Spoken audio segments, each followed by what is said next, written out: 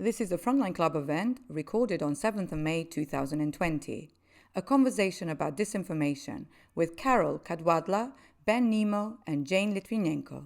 I'm Elizabeth Palmer. I am a journalist with CBS News in London, and I would like to welcome our panelists.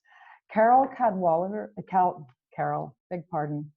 Cadwaladr is an award-winning journalist for The Guardian and The Observer, whose work with the whistleblower Christopher Wylie about Cambridge Analytica made headlines around the world and resulted in Facebook CEO Mark Zuckerberg being called before Congress. Carol, welcome to you. Thanks so much for having me, Elizabeth.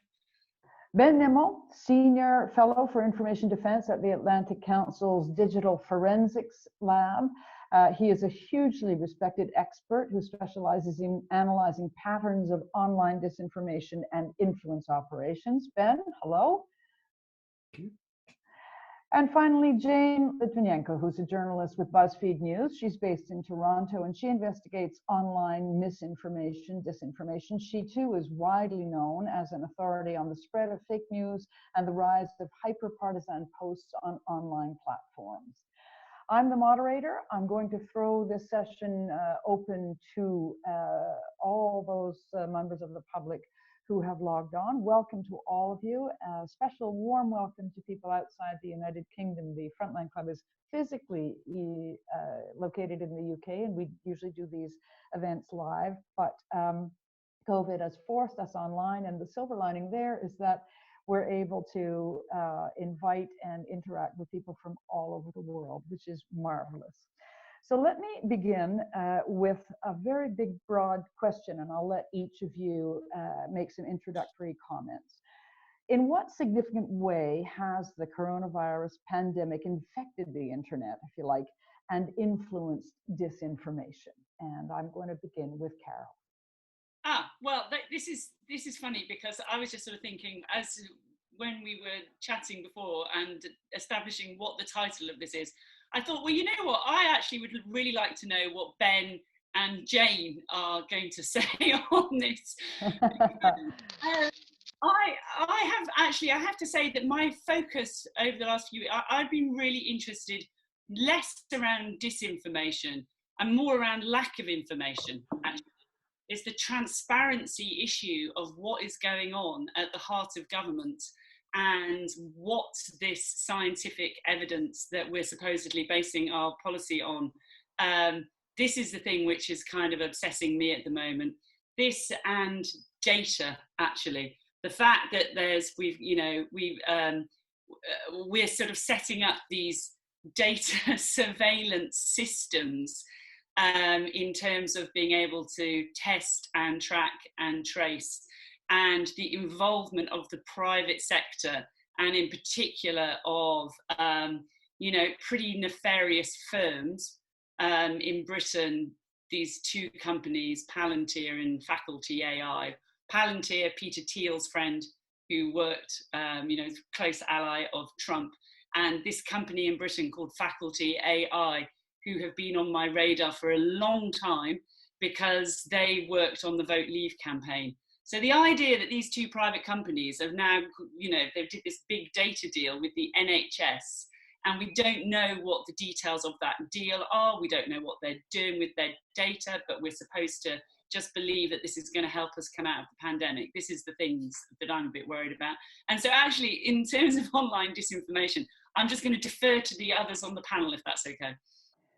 Well, I think you raised some very good points, things that people are very preoccupied with, not only here, but the surveillance that this is permitting in states like Russia and Israel. So let's come back to that, just expand the remit of this to talk about that if you would like, and if any of our guests would, what do you call people? Invite people who've logged on, all you wonderful people who are listening. If you would like to address that in your questions, I would encourage you to do that. Ben, what would you say about the coronavirus and online disinformation and conspiracy theories and so on?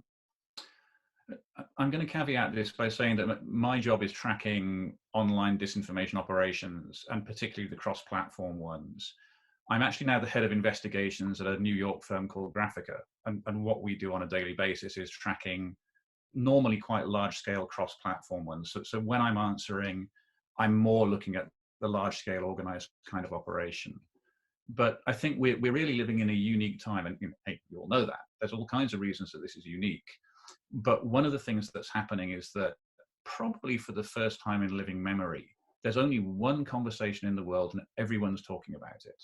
And if you're a journalist, you'll know that. Try pitching a story to an editor at the moment, and the first question will be, is it about coronavirus? And if it's not about coronavirus, you'll get one paragraph on page 18, right? And the thing is that, if you like, information operations are the dark mirror image of journalism. They're trying to spread false information out there rather than trying to spread true information, but they have the same editorial concerns. They've got to insert themselves into the conversation somehow. And if there's only one conversation, then they're all going to target that conversation. And so what we've been seeing for the last few months is pretty well all the information operations that we know are now talking about coronavirus. And it's not because they actually care about coronavirus, it's because they care about getting into the conversation. And there is only one conversation.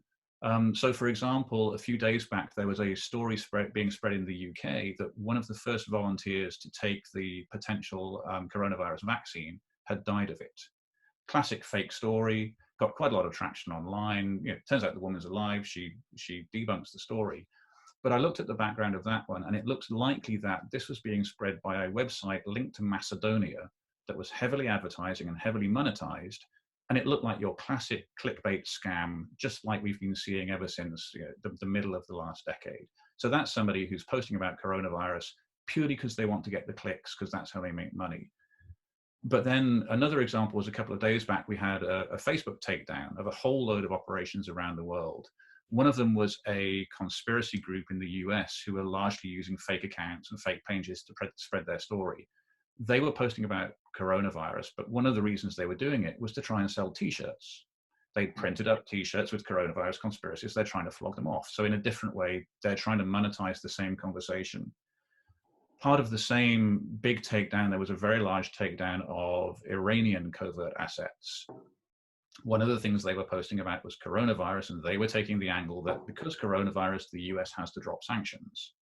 Now, if you've been tracking Iranian operations for any time at all, you know that sanctions are one of their big things because it's a big concern for the Iranian government. So it was like they pivoted their normal sanctions rhetoric and just added it on coronavirus.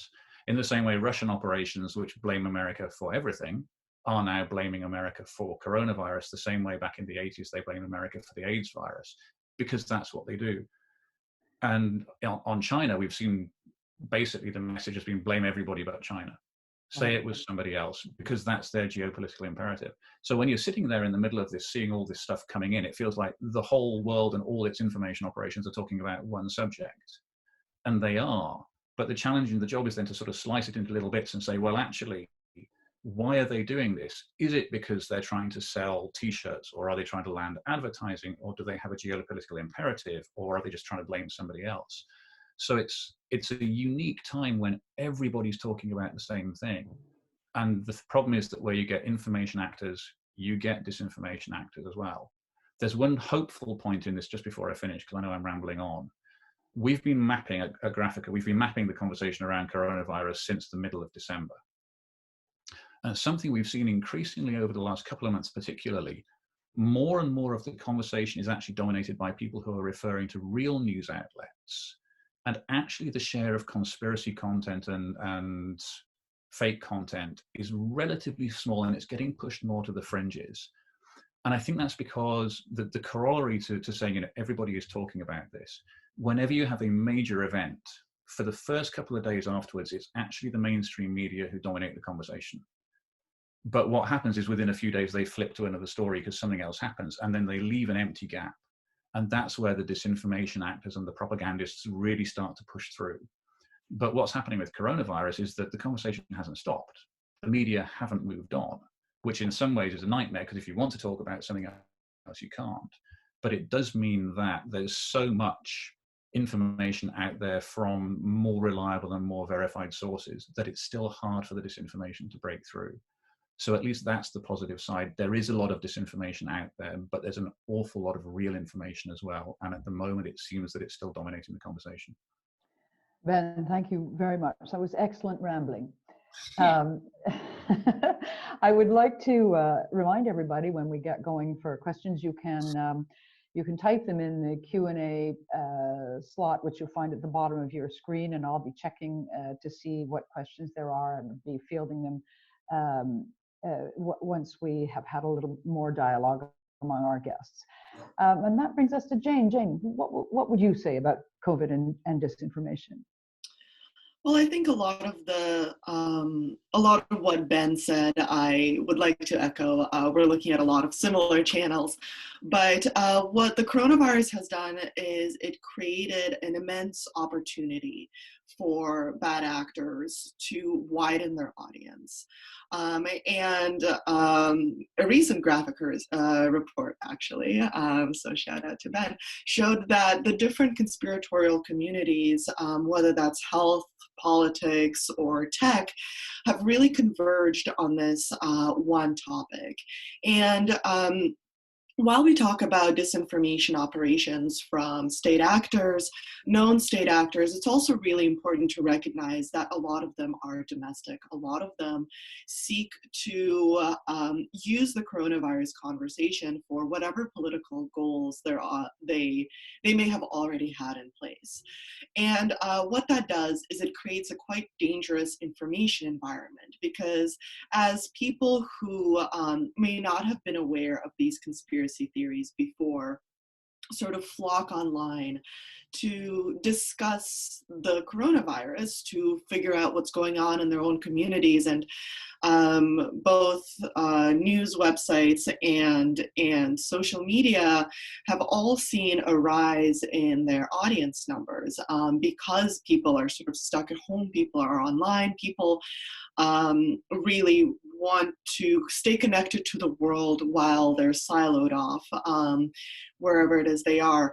The opportunity for bad actors is to use that audience to essentially hijack the official narrative, the medical narrative, the narrative that is based on science, and sort of what we know about the virus, and instead try to change people's mind, whether that's change people's mind against vaccinations or towards political goals they might have had previously. And the effect that has is quite real. It's very difficult to draw a straight line between mis and disinformation and real world consequences, but we do know that medical professionals have been receiving death threats and a lot of negative attention as a result of conspiracies that may be going around. In the UK, of course, we've had some attacks on cell towers as a result of 5G conspiracy theories. And while a vaccine for the coronavirus has not yet been invented, we already see a campaign against it, despite the fact that it doesn't exist yet. So for us, the worry is that the opportunity for that audience growth will also continue to result in real world implications of how this misinformation presents itself. Carol, would you like to add something? Now you've heard the other two. Yeah, no, I mean, it's fascinating. I can't wait for to hear more about what Ben's been up to, actually. And I found the thing that you said, this about the fact that the domination of COVID and so the domination, it's unusually of the mainstream media, I just found really interesting, because I was walking the dog yesterday, and this woman said to me, it's a neighbour, and she knew I was a journalist, and then she said, oh, who do you write for? And I was like, oh, The Guardian, The Observer. And she said, oh, I can't. She said, I'm only watching RT at the moment. And I was quite taken aback, because, sort of, woman in her 30s, and I was like, oh, why is that then? And she said, well, everything. She said, it's just corona, and I can't bear it. So she said, I've just like, RT is the only place I found I can go. So I was like, oh no. I was like, do I address this? Do I want to? Anyway, and I was so cowardly, because I went, oh, and I didn't address it, which now I kind of feel guilty about. But the thing that Jane was saying about the anti-vaxxers I mean, this is just so totally terrifying. And, you know, we can see what's happening in the States. And the thing I found fascinating is that there has been, you know, the British far right and the American far right, and the links we've seen between Brexit and Trump have been, you know, so tightly enmeshed for the last 3 years. But it really felt like from the beginning of this crisis that they were following distinct and different paths. And we've all been more, it's felt to me like in these sort of national silos. But it does worry me that actually you see, you know, I see sort of like Aaron Banks and co, you know, echoing the lines from the Trump supporters, end the lockdown, and that sort of stuff. And I do, you know, we've seen the anti-vaxxing stuff here in Britain too, and that just really profoundly disturbs me, the idea that this would take hold in Britain in the same way that it has in the States. Ben, there's a question here for you, which I'll field, but I wanted to mention that as I read some of the material that Graphica had produced, you made the point that the coronavirus has been harnessed by the radical left and the radical right in order to push their agendas. And maybe you could address that. And let me add this question, which comes from Magda Walter. It's been reported that the anti-lockdown protests by armed militias in the States are being coordinated by the far right. Is there any evidence yet that the Russians have got involved in this? So I'll take the second question first. On the radical left and the radical right, that was more my colleagues who were working on that particular study, so I don't have a lot of granularity to fill in there. But something we see is that, particularly when you're talking in the online space, extremes tend to meet. And you will sometimes find that if two groups who are opposed in every other way realize that they both oppose the center, you'll find them echoing each other, sometimes unconsciously, sometimes consciously, because my enemy's enemy is my friend. And so something worth bearing in mind is, if it's almost as if the instinct is to look at where they're standing and say, well, hang on, that's the extreme left and that's the extreme right. Isn't that odd that they're saying the same thing? But you need to look where they're pointing. And if they're pointing at the same target and it's a target that they both detest, then you can actually see where that would come from. And talking about the anti-vaxxers, one example would actually be, while I was looking at the Iranian information operation that went down a couple of days back, there was an unaffiliated user who had posted to one of their groups saying that Bill and Melinda Gates are trying to, you know, rule the world and flog false vaccines and profit from people suffering. We've all heard this before, right? But this was a post in 2013. It wasn't about coronavirus then, I think it was about Ebola, but something that you see is this kind of conspiracy theories will latch onto any story that's going and they'll just try and piggyback off it.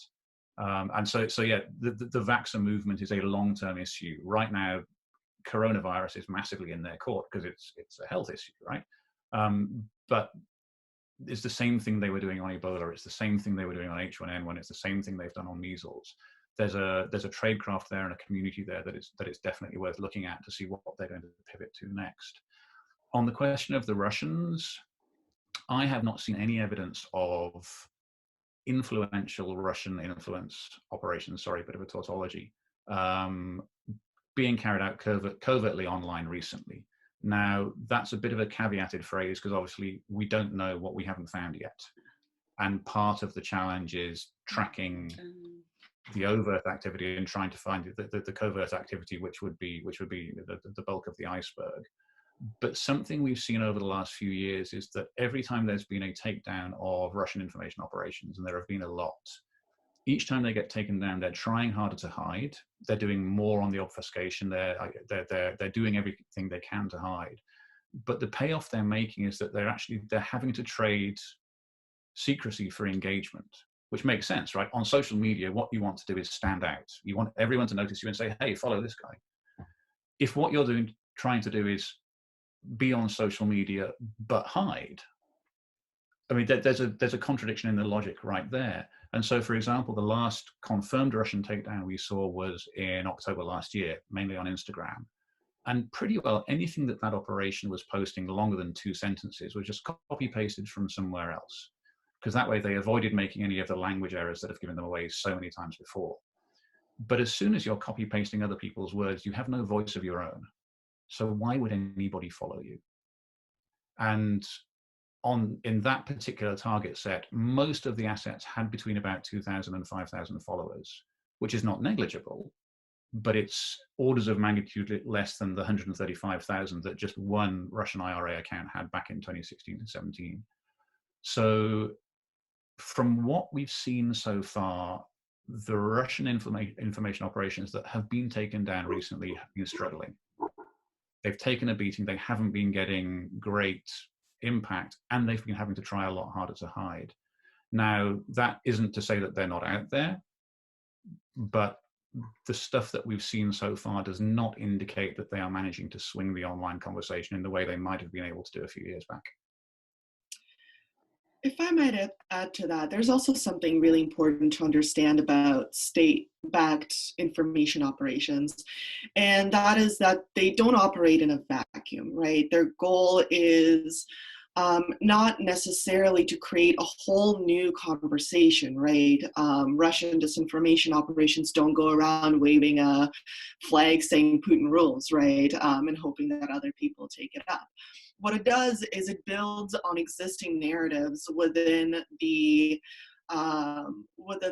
country or region that they're targeting, and tries to amplify the way that those narratives clash. So rather than creating a brand new falsehood that they hope people buy into, what they do is they amplify different conversations from different actors that essentially steers the conversation away from points that might not be beneficial to Russia, and builds on existing sort of societal gaps or societal issues that were already there. So it's really important to talk about state-backed disinformation operations, but it's equally important to turn inwards and look at what the conversations are in the country, how outside forces are influencing those conversations. And by outside forces, I mean politicians or policies, or whatever other sort of societal disagreements we have. Because we can talk about Russians, sure, but there's disinformation operations from all around the world. But even when we talk about pre-COVID times, disinformation operations from Russia equally boosted pro-climate protesters and anti-climate protesters. Likewise, during the 2016 election, we know that Russians have organized protests pro-gun violence and against gun violence. So it's not necessarily creating a whole new narrative hoping for people to buy into, but really inflaming societal divisions that are there. And I think that's a point that sometimes gets lost when we talk about state-backed operations. And sorry, So, if I can just yeah, round off course. that. I mean, big thanks to Jane for making that call. That's really important. And the other thing to bear in mind, if you think about the Russian operation for 2016, if you hadn't had American trolls in 2016, the Russians wouldn't have been able to pretend to be American trolls in the first place. And at any point in that 2016-17 span, the number of genuine American trolls, I would estimate, significantly outnumbered the Russian trolls who were pretending to be Americans. And on top of that, if you think about the different information operations going around, I've personally studied info ops from maybe a dozen different countries, and there are many more out there. So we always need to be really careful to think how much of the problem is the foreign information operation, which is weaponizing an issue, and how much of the problem is actually the underlying issue or the underlying behavior that enables that to function. If you hadn't had American trolls, you wouldn't have had the Russian trolls enabled. So maybe part of the question is what's happening in the online conversation that's enabling trolls to exist in the first place. I have a question with a half smile being asked by Stephen Collinson, but he gets at a serious point. He's asked, what is the impact on the world at the moment and all of us with bad actors spreading misinformation and conspiracy theories, when the chief source of disinformation on unproven treatments and things like that comes from the person with the biggest microphone of all, that is the President of the United States. So what, but it's a serious question. What damage is being done? Can you point to any specific examples? Carol, did you want to say something? Sort of expect. So in terms of what Ben and Jane were saying about these, state information operations and exploiting what's going on domestically. So I've just found what's going on domestically really interesting, in that I just look at looking at my Twitter feed is really interesting.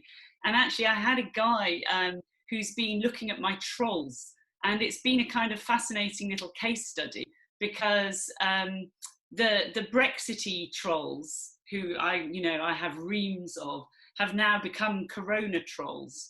And there's like you can see bot activity, but there's also very much organising groups. I mean, that's what it looks like. There's organising groups who are swarming onto my accounts. And they do, you can see it actively happening. They are actively polluting what is going on in the conversation. And, it's very directed in terms of supporting Boris Johnson and supporting the government's line on its strategy, etc. And, these things are never without consequences. And you can see it, it's just that, so like, I'm just one journalist, but you can see it also now, them starting to target, I think, scientists and, people of authority who are trying to talk, it's the same thing we've seen happen everywhere. Evidence-based journalism has been under attack for the last 3 years. But now that scientists are being given more of a platform and more of a voice, we're sort of seeing more swarming around that, I would say, just in this, as I say, in this, not looking at the big meta picture, but just actually what you can sort of see with your own eyes. What damage do you see, Jane? So on the question of sort of figures of authority spreading false narratives, I think that that's important to bring up. And it's important to bring up because mis and disinformation can be bottom up and top down. And part of the picture is that there are many countries in the world where citizens are not able to trust their politicians. The US is not the only country by far. And what that creates is essentially a vacuum of information and a vacuum of authority. We've seen this to various degrees from around the world. We've seen Maduro in Brazil deny that coronavirus is dangerous, and likewise in Belarus, where the government line for a very long time was go to a sauna that will kill the coronavirus. So this is an issue that is being dealt with and felt across the world. And not only is it being dealt with and felt across the world, but what the coronavirus has created is an opportunity for mis and disinformation actors to import and export mis and disinformation from other countries. So for instance, we don't want to put too much stock in RT and Sputnik because there's sort of some questions as to how effective their methods are. But one of the things they do is they translate something that has happened in the US into another language, which then sometimes gets picked up in that language. There's definitely some real world harm in this as well. As we've mentioned, medical professionals have reported getting very serious harassment while they're on the front lines working in unbelievable conditions. But we've also seen people attempt to try to self-medicate in many cases, whether that's with products that are promoted by politicians or with products that are promoted by these sort of self-described holistic doctors. And we've seen a huge rise, for example, in vitamin supplements purchases as a result of a lot of these, a lot of this misinformation. So when we think about it, we really need to think about it as an ecosystem, how different countries are interplaying with one another and the impact that has not just on the country itself, but also across borders. Ben, did you want to add something to that? Yeah, the way I would think of this is if you're thinking about the harms of disinformation, almost regardless of which source it's coming from, you can break it down into the real world harm. So when people set fire to 5G masts, or a few years back when the Pizzagate conspiracy was a thing, the guy who went to the pizza place in DC with an assault rifle to self-investigate what was going on. Individuals fall for this kind of disinfo and they do dangerous, potentially criminal, potentially lethal things, either to other people or to themselves. If somebody actually injects bleach because of what the president said, they're probably going to die. That is a real world harm right there. So you've got one set of issues around what happens when people believe this stuff and take action on the basis of it. But then you have mental harm, you have mental health harm, and Carol will know this. Anybody who's in this space gets trolled. It's just what happens. And the trolls are, some of them are very practiced trolls by now. They're regular, repeat offenders. They'll keep on doing this. They have their coordination mechanisms. Sometimes you can see them at work on places like 4chan and Gab. Sometimes you just see it when it hits. And they will pick a target and they will swarm. And for a target who's not used to that and who hasn't seen it coming and hasn't lived it before, and particularly if all they're doing is their job, to suddenly have a few thousand death threats coming in the space of a couple of hours is terrifying. You don't know where it's coming from. You don't know what's happening. The first time it happens, you think, what's going on here? And so and we've all seen headlines of celebrities who've fled social media because they just don't want to deal with the trolling anymore. That is a separate branch of harm, which I think we would ignore at our peril. But then there's a third branch of harm, which I think of as civic harm. And that's particularly where you have actors like the RTs and the Sputniks of this world, the ones who are saying, never believe anything the government tells you, never believe anything the mainstream media tell you, never believe anything that, never believe anything that Ben Nimmo tells you. They will attack anybody who is an evidence-based source, because what they want to do is destroy the evidence that actually, yeah, Russia shot down MH17, and yes, war crimes were committed in Syria. But it's an attack on basic principles of trust and evidence and what you can actually believe. And that's a corrosive long-term harm, but it's really what it's corroding is the civic integrity of discourse. So it's corroding belief in any institution which traditionally would have had an evidence base which you could believe. And so when I think of harms, I'm really looking at these three different levels: real world, mental, and civic. And they work in different ways, but we need to actually consider all of them when we're thinking about how to deal with this and what to do about it. I'm going to leap in off the back of that if I can, Ben, because I think you just bring up something really important there, and which is that, as you sort of said, that's kind of what I was trying to get at, with that it's now scientists who are in the line of fire, and they're not grizzled reporters who've had like 3 years of the coalface of this.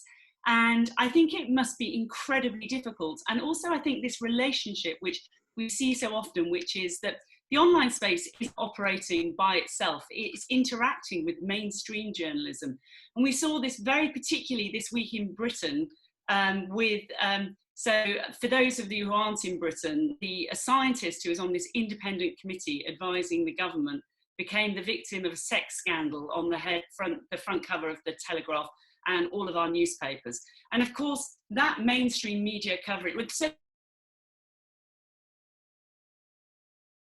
Carol, we lost you, I think. Are you back? What a shame. That was, we'll come back to that thought. Jane, maybe I can go to you in the meantime and ask you something you touched on a little earlier, which is I'd like to hear you elaborate on how COVID and disinformation is exacerbating the partisan divide in the United States, and how it's further poisoning the political environment.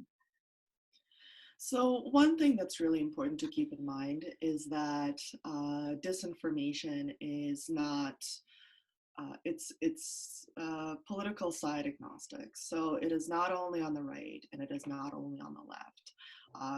Ben touched on that previously, but it does bear repeating. Because there tends to be a lot of blame laid on the right, but we see a lot of similar trends on the left as well. And particularly with the coronavirus, there have been two different sort of lines of thought of how best to address it. One is to minimize the health harm, and the other is to minimize the economic harm. And those two different lines of thought have generally fallen to different political divides.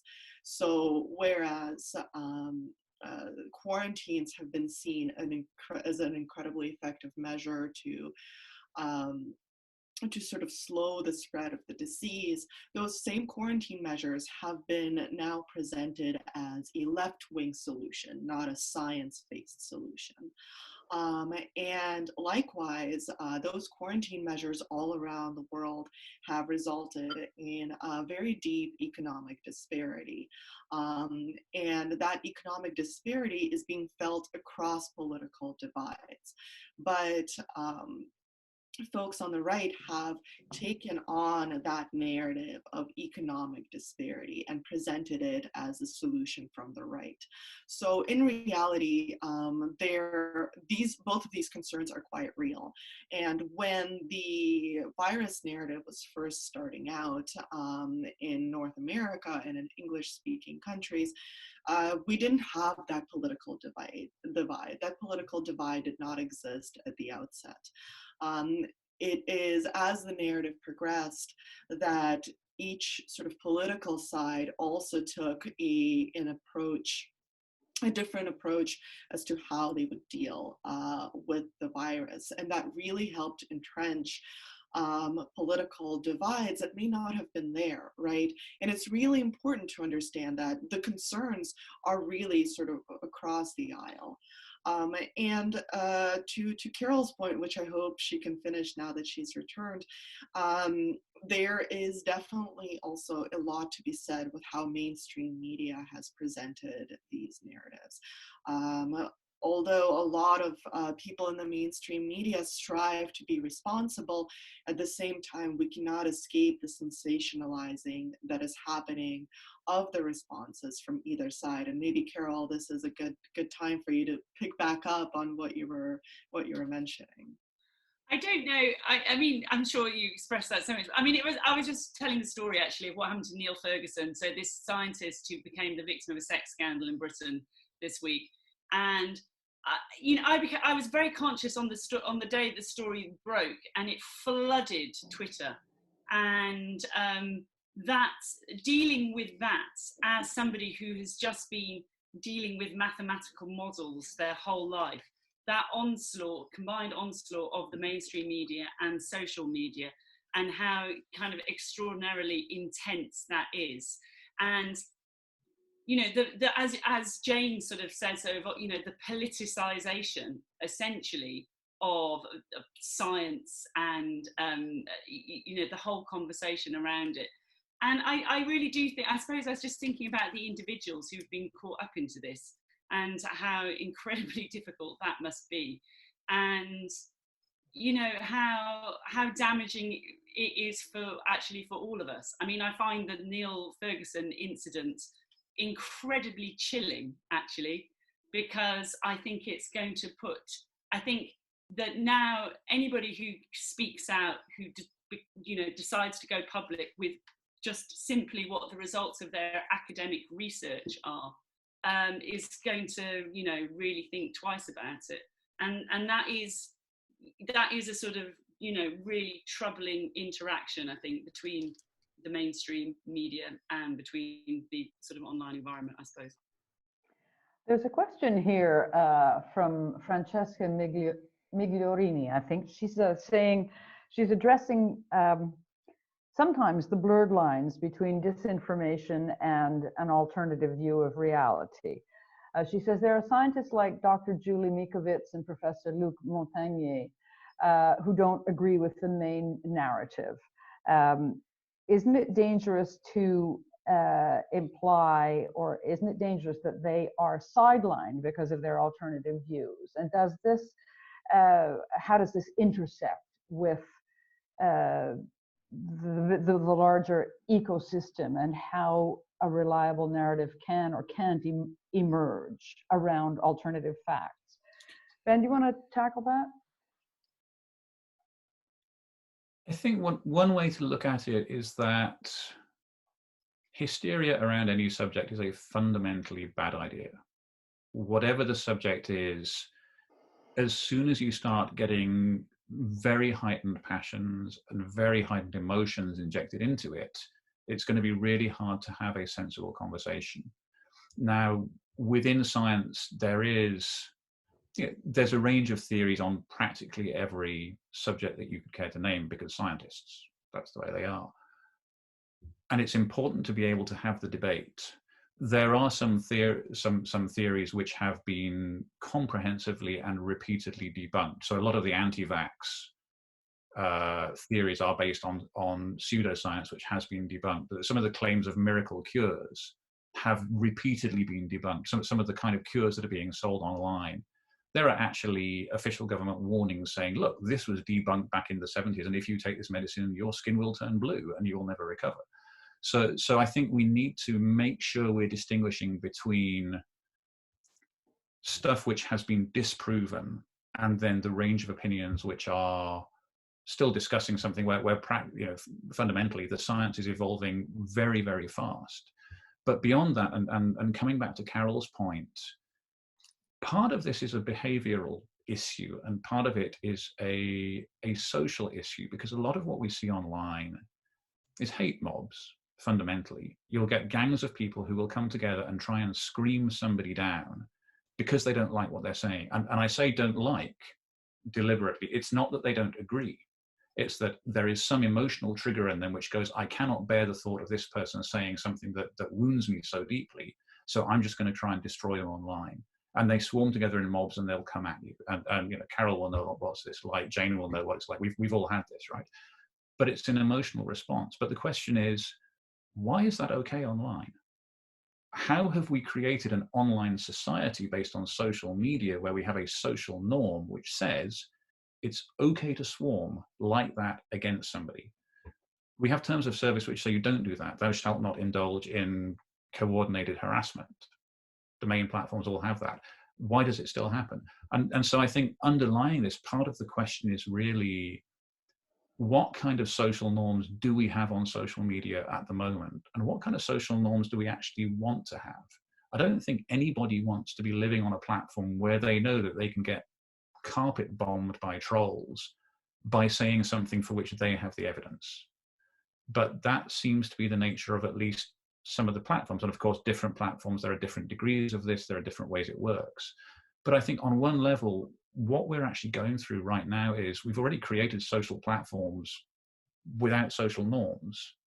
And part of what we're trying to do now is actually catch the norms up to the reality and say, well, hang on, maybe it's not acceptable to go around in a troll mob and abuse somebody simply because they've said something which has hurt your feelings. And I'm deliberately being actor agnostic here and angle agnostic. I'm not saying who's doing it more than anybody else, but there is the phenomenon of the troll mob on a lot of different platforms. Why is that considered acceptable behavior? Would it be acceptable to do that in real life? Would you all get together in the street and go around screaming at somebody? Oh, sorry. I might leap in there. I was really delighted actually, because a colleague retweeted me the other day, and he then made this. He was really shocked actually, because he got locked into my Twitter stream with and he did a tweet, and he sort of said, I was retweeting, and he sort of said, I was exposed to the kind of level of misogyny that Carol gets, and it's quite something. And I was so delighted, because I just thought it's so, the thing that I've found, one of the most depressing things I've found over the last 3 years has been the fact that misogyny just doesn't get called out. You know, like other forms of abuse do get called out a bit on Twitter, but misogyny is just like baseline, and it's, you know, we see it there all of the time, and actually they get away with it, and that I have to say is I found that sort of like ongoingly painful. But then by the same metric, I was retweeting Afua Hirsch, who is a broadcaster here, and I got the wave of racism coming at me that she was getting. So I just thought, it's this, you know, it is, and that just really shocked me, because I was like, God, Afua gets that every day. That's, you know, so I mean, I just totally agree with you, Ben. That's, it's something which really bothers me, is that actually we sit here, we are on these platforms, we can see this happening in real time in front of us, and we just, you know, we let it go on. And it's not, I don't know what the obvious, you know, answer to that is at all, but I do think as individuals, there is a, you know, and I love it. I have people who like report my trolls or block, you know what I mean? And do, I mean, it's kind of funny actually, because there's somebody we've been thinking about doing a kind of citizen troll army, which is that we need to line up bodies against them. And anyway, I don't know if there's any mileage in that, but it was a thought. Need to do something. Yeah, the trolls are certainly a problem, and they're a problem online. But I'd really like to sort of steer back to the question regarding Judy Mikovits, and the sort of question regarding alternative narratives that may not have gotten addressed.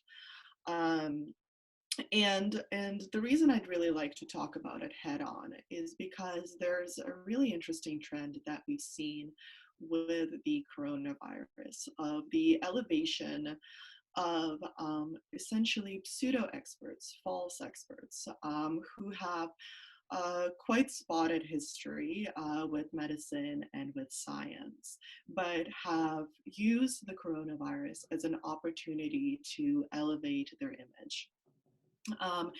And it's particularly interesting because once you take the sort of longer view, the narrative that has been built around these experts breaks down pretty quickly. So with Judy Mikovits, we've seen that she has had papers published that have had to be retracted because they were not able to be confirmed by other scientists. And it's really quite important to remember that when we're talking about science, there actually is a very rigorous process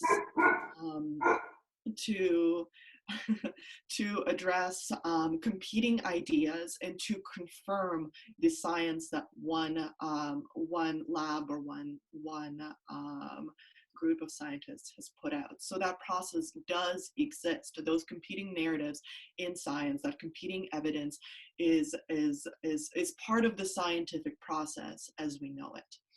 But what we're seeing happening now is, as the credible scientists are getting attacked, in the US, we've seen a long campaign against Dr. Fauci, for instance, who's had a very long and very credible career. There's a group of about 30 experts that I personally am tracking who have elevated themselves using social media, despite the fact that the science that they have previously published didn't necessarily stand up to that rigorous scientific process, or who present themselves as doctors, but might kind of lack doctoral credentials, or might sort of bolster their doctoral credentials. And the interesting part about disinformation is that if you zoom out far enough, you can really see the way that a narrative has developed.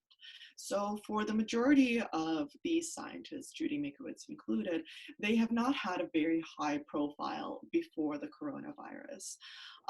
They sort of, their names were floated around on niche websites that were popular within their specific community, but really weren't seen as credible places to go for information, as safe places to go for health information.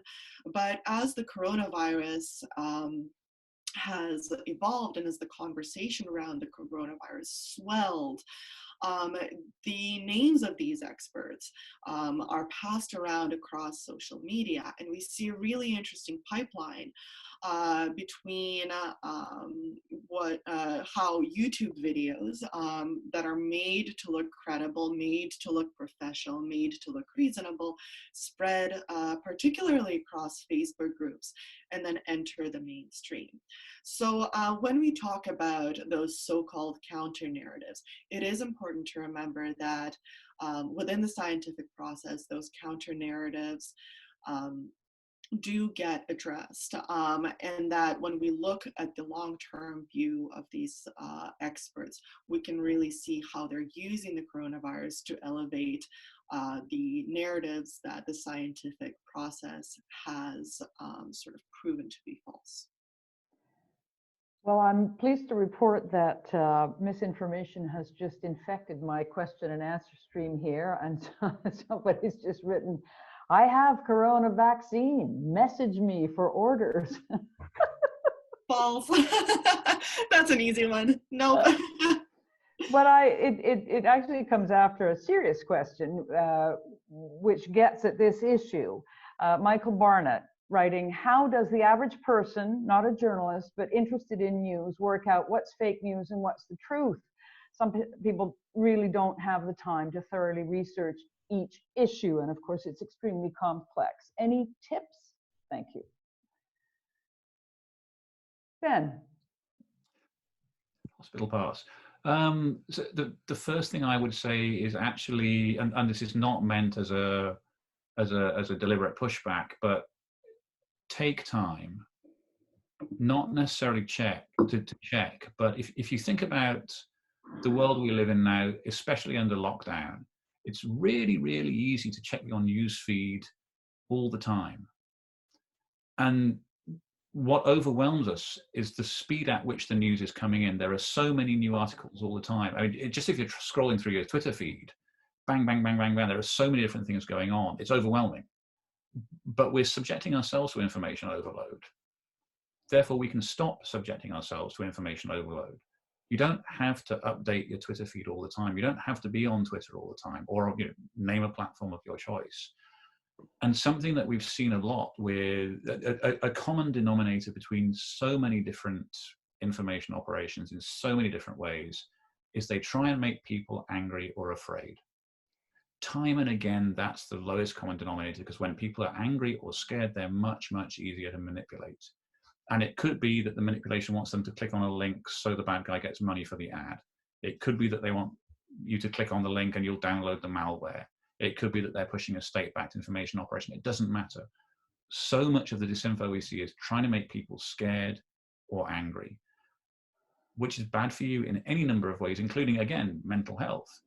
And it's actually a really good practice. If you see a headline that makes you feel super angry or super scared, put the phone down and walk away from it for 5 minutes and think, do I actually need to engage with that story right now? Is this a life or death thing? Is this, I've just got a text message saying a nuclear strike is happening and you have 2 minutes to get to the bunker? Because if it's not, you've actually got a little bit of time to think about it. Just because the internet works 24/7, we can't. I think all of us have tried it at different points. I know Jane and I have, Carol as well. Sometimes we have to sleep. Sometimes we have to have a life. The internet doesn't. The internet does not have a life. So we are at a disadvantage here.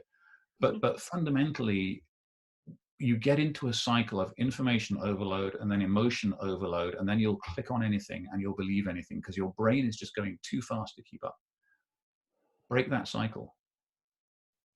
Put the phone down, get back in control of it and think, okay, that's a really, really scary headline. It's on a website I've never seen before and I've never heard of before, and it's promising an exclusive story that Boris Johnson is actually the love child of Donald Trump. Wow, what an amazing story. Hang on.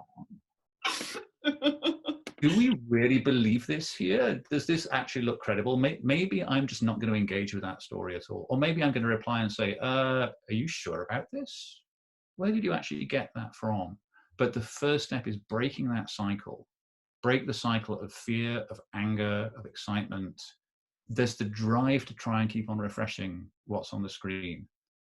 Try and get away from that, and you'll suddenly find that actually you feel like you have more time and you're more in control. Excellent advice. And what about people who are trying to filter, to generally channel the most reliable stories to themselves, to their news feeds, or to build a list of places to check? Got any practical advice, Jane? So what Ben has said deeply resonates with me, and I'm really glad that we have a word now for just endlessly looking at social media, which is and looking for news, which is doom scrolling, right? Avoid doom scrolling at all costs. And the other piece of advice that I'd really like to expand on is don't look to social media for your news. Our social media systems were not built for news. They were built for conversation. So you can use the social media to inform what you want to learn about. You can use social media for those conversations. But the most radical idea I'd like to propose is to just go to a news website, right? If you'd like to look for news, go to a news website. We sort of created this online ecosystem where it can feel like social media is the only place where we can be. That's especially true on our phones, where social media companies have introduced very robust apps that are very difficult to navigate away from. But it's that step of navigating away from social media and navigating towards a deliberate seeking of information that I think is key it's a key habit to build. So for instance, for me, I pay for a subscription for several news outlets, both my extremely local news outlets and national news outlets that I feel like I can trust. And when I'm looking to catch up on news, I'm not opening Twitter because Twitter is, not very helpful most of the time. And neither is Facebook, and certainly not Instagram, where you can't even insert a link to a news story, right? What is helpful is opening, the Washington Post app, the New York Times app, the Toronto Star app here where I am, and looking at what the news of the day is. And not only is it helpful in steering me away from possible false information, but what it also does is it creates a finite amount of information that I can look at. Because social media can make it seem like there's an endless stream of things that you have to catch up on right now, or else you're not in the know. It creates that panic and that anxiety that Ben has talked about. But in reality, every publication has a very limited amount of reporters that are shrinking every day, unfortunately, with the industry. And that limited amount of reporters is working as hard as they can, had to avoid using a profanity there, but working as hard as they can to bring the news to people. But that news, the amount of news published in every day is finite, and the amount of news published every day that is relevant to you or that you should know about is also finite. So taking a step back from social media, going on news websites, going on Google News or Apple News if you prefer a more aggregate version, is a really good way to make sure that the information that you're getting is, one, not too overwhelming, and two, credible. And it's worth mentioning that some very credible publications have made, who normally have paywalls, have made their coronavirus news free to everybody as a sort of a public service. So if you've been discouraged before by paywalls, try again if you can't afford or don't want to pay, and you may find more is available than you think. Somebody else here is saying, why not also recommend going straight to the WHO myth-busting page? It's a good default for solid information in the pandemic. Are you on board with that, Jane? Yeah, absolutely. They're not. The WHO myth busting page is really great. There's also every fact checking organization in the world is on the same story. So if there is a falsehood, you can search it in your Google or your Bing or your DuckDuckGo or whatever it is, whatever search engine that you use, and credible information will pop up. And if you don't see that credible information, like Ben said, give it a couple of hours. You know, we're all working really, really hard, but it does take more time to get at the truth than it does to make something up. So sometimes it takes a couple of hours to fill that information void, to fill that vacuum, but that vacuum will get filled. Yes. And sorry, Elizabeth, just Yeah, one thought, go ahead. riffing off what Jane said, which I completely agree with. Just one other factor in there is ask yourself what you're actually looking for online. Are you looking for information or are you looking for entertainment? Because there's quite a lot of blurring of the lines between the two. All the opinion shows, all the opinion pieces, they're basically entertainment. Are you looking for something funny about the news? In which case, go and watch some of the Saturday shows, right? Or are you actually looking for the solid information? And before you go online, just check with yourself. Do you want to be amused for a bit, or are you actually trying to find out what's happening? Because if you're trying to find out what's happening, then absolutely the fact check websites, the WHO website, go for the news wires. Their job is to get it fast and to get it right. Look at folks like Reuters. So another part of the mental jigsaw puzzle that we all have to fit together is, there are times when it's really fun to read the opinion pages. When you get a really good bit of scorching satire, it's great. But you need to check with yourself, am I looking for scorching satire or entertainment? Or do I just want the plain old facts? And again, that's part of the self-discipline that we probably all need to develop ourselves. Can I, can I just... Go ahead, Carol. Well, again, yes, you can. Let me just say quickly, I failed to mention that there is a way to ask questions live. So anybody who wants to do that, you can go to the Q&A box, I think at the bottom of the screen, and put your hand up, and I'll see it and allow you to speak. Over to you, Carol. Yeah, I mean, this is just prompted by the suggestion that, like, if you want to know whether it's true or not, go and check the WHO's page. And this made me think about the fact that the British government's advice to us as citizens is different from what the WHO is advising. And that has been the same from the very beginning of this. So, for example, the WHO says that you should quarantine 14 days from the end of symptoms, whereas the NHS was saying 7 days from the onset of symptoms. The WHO has a list of, I think is it 8 or 9 different symptoms, whereas the NHS here in Britain has 2 symptoms. And I think one of the things which hasn't been addressed is actually the government is one of the biggest sources of disinformation about this epidemic. It's certainly going on at the national level in Britain. And I think that is, that's unaddressed. And because the disinformation from the government is spread through mainstream, I mean, this is particular, this I wouldn't say is disinformation per se, but it's certainly, the scientific community, if it has any consensus around this, its consensus is around following the WHO, whereas our government is giving us different advice. And I think there's been this conflict in the way that this is being reported right from the start, because, when we understood the seriousness of what was going on, I think many editors and so on, there was this sense of national crisis and national emergency, and we must stand behind the government in what it is deciding, and we must silence those dissenting voices. And, as time has gone on, it's become apparent that actually there is deep, deep problems there. And so I don't know, I mean, I'm not sure, I'm just sort of like voicing this really, because,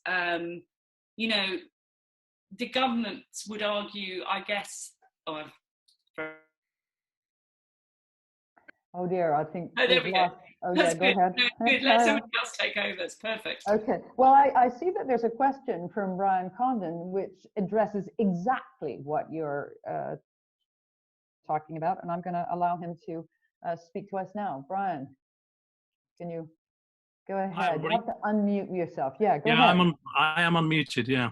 Can you hear me? Okay, go. Yeah. Okay. Yeah. It's funny. I just typed a question about 30 seconds before Carol spoke, and my question was: is the messaging from the UK government and others about the potential exit from lockdown, is that misinformation? Is it disinformation? Or is it communications difficulties inherent in the situation? In other words, are we seeing the fog of war, that they're trying to communicate well, but they're just doing it incompetently, which seems a bit far-fetched, but and it's very difficult to work out as an outsider, whose advice do we believe? We look at as you mentioned, we look at the WHO website, we get one lot of information and advice. We look at UK government advice, which is different. And we're also seeing the big argument about the NHS, so-called NHS app, as to what the status of that is. And as an ordinary kind of person, it's very difficult to work out just what is going on. And so I keep thinking when I see this stuff: is it misinformation? Is it disinformation? Or is it just inherent in the chaos that we're all trying to deal with? Thank you very much, Carol. Why don't you? I'll just answer quickly and let somebody else take. But I think it is really, really troubling the way that the government has tried to disguise politics and policy as science. And, we are seeing the ramifications of that now. But it's still, this is where I was saying the lack of transparency, because the absence of information has given rise to this misinformation and disinformation that it is spinning out. So, the traditional machinery of political spin is now being used for these very critical subjects around our health and well-being. And that is, that just engenders a lack of trust and transparency. And exactly, we are in this particular moment right now where we've had this messaging from the tabloid newspapers about what is going to happen on Sunday and Monday around lockdown, which has created this expectation that fuels the online conversation and, has really potentially hugely damaging consequences. And I think this is this thing of that the politicians, number 10, the government, is just treated this like politics, and the infection of those techniques around this like critical critical subjects of our health is really damaging, and it's got profoundly, I think, problematic long-term effects. Sorry, let me shut up. Somebody else take over. Ben, did you want to have a go at answering Brian's question? Sure. The short answer is that I don't know the answer, and I'm really grateful that we got folks like Carol who are really holding the governments to account on this one. Just two little points I would make. One, just on the use of language, disinformation, misinformation, in case anybody's confused about those two. Certainly when I'm using them, disinformation is deliberate, misinformation can be a mistake. And so the only time I would call somebody out for disinformation is if I thought I had evidence that they were doing it deliberately. And so if you don't have a piece of evidence which says, here is the government, clearly they know one thing and they're telling you another, then I'd just be wary of calling anything out as disinformation. And the other point running on from that is really, if there is one power in the universe in which I believe absolutely, it is human incompetence. People get things wrong. 99% of the investigations I've seen brought to conclusion have worked out because somebody made a mistake somewhere. It's the single greatest power in history. And so actually, it is worth thinking, whenever I'm looking at an info op, sometimes one of the things I'm thinking, is this a really, really Machiavellian ploy, which is like 4D chess trying to triple bluff somebody, or is it somebody just made a mistake? And actually, a lot of the time, incompetence is the greatest power that you will find. So I can't make the call on what the UK government is doing. I haven't been studying it, but I would just broaden those parameters slightly and say incompetence is a great power, and particularly at a time of national crisis where everybody's working double shifts. The idea that the government's fumbling and stumbling is, well, I mean, that's pretty much what governments do. So it need not be deliberate disinformation. It might be, and I can't make that call, but it is, you know, a statistically large sample of things which look like disinfo actually just turn out to be people getting it wrong. The other thing that the internet has shown us is that a lot of people working together can get things very right. And that brings me to a question from William Heath. Is Wikipedia at this time of crisis a reliable source, particularly if you want to try and understand the science or to understand the background on somebody? Jane, Wikipedia, yes or no? Definitely a big fan of Wikipedia personally, and the Wikipedia app, I've spent many an hour browsing. The thing that I'd like to sort of expand on a little bit from what Ben and Carol said is that the trouble with democracy is that it requires constant vigilance and constant participation. This has been true before the coronavirus, but the coronavirus has really proven how important it is to have a well-informed and well-educated electorate. And while we should be able to rely on our public officials, we're not always able to. And sometimes we need to do our own research, whether that's research through the press or research through Wikipedia. Wikipedia itself is, I find, generally quite reliable, but there are, of course, outliers. And we're not in a situation where we can lean on one source. We're in a situation where the situation is constantly changing. And we should be able to the best of our ability, sometimes that's not possible, but to the best of our ability, research and be informed. Reporters make mistakes, Wikipedia makes mistakes, governments make mistakes. Sometimes those mistakes are seized on and weaponized by people who mean it. And sometimes those mistakes are made in good faith, and at least with reporters and researchers and scientists, there's a real duty, both moral and legal, to correct those mistakes. So as we look to trusted sources, I would say that the key for people to look out for is to find sources that have made mistakes and have corrected them in good faith. That to me is the best indicator that I can rely on somebody when they are willing to honestly admit that they've made a mistake and correct it to the best of their ability. And unfortunately, that doesn't include a lot of online information that we see.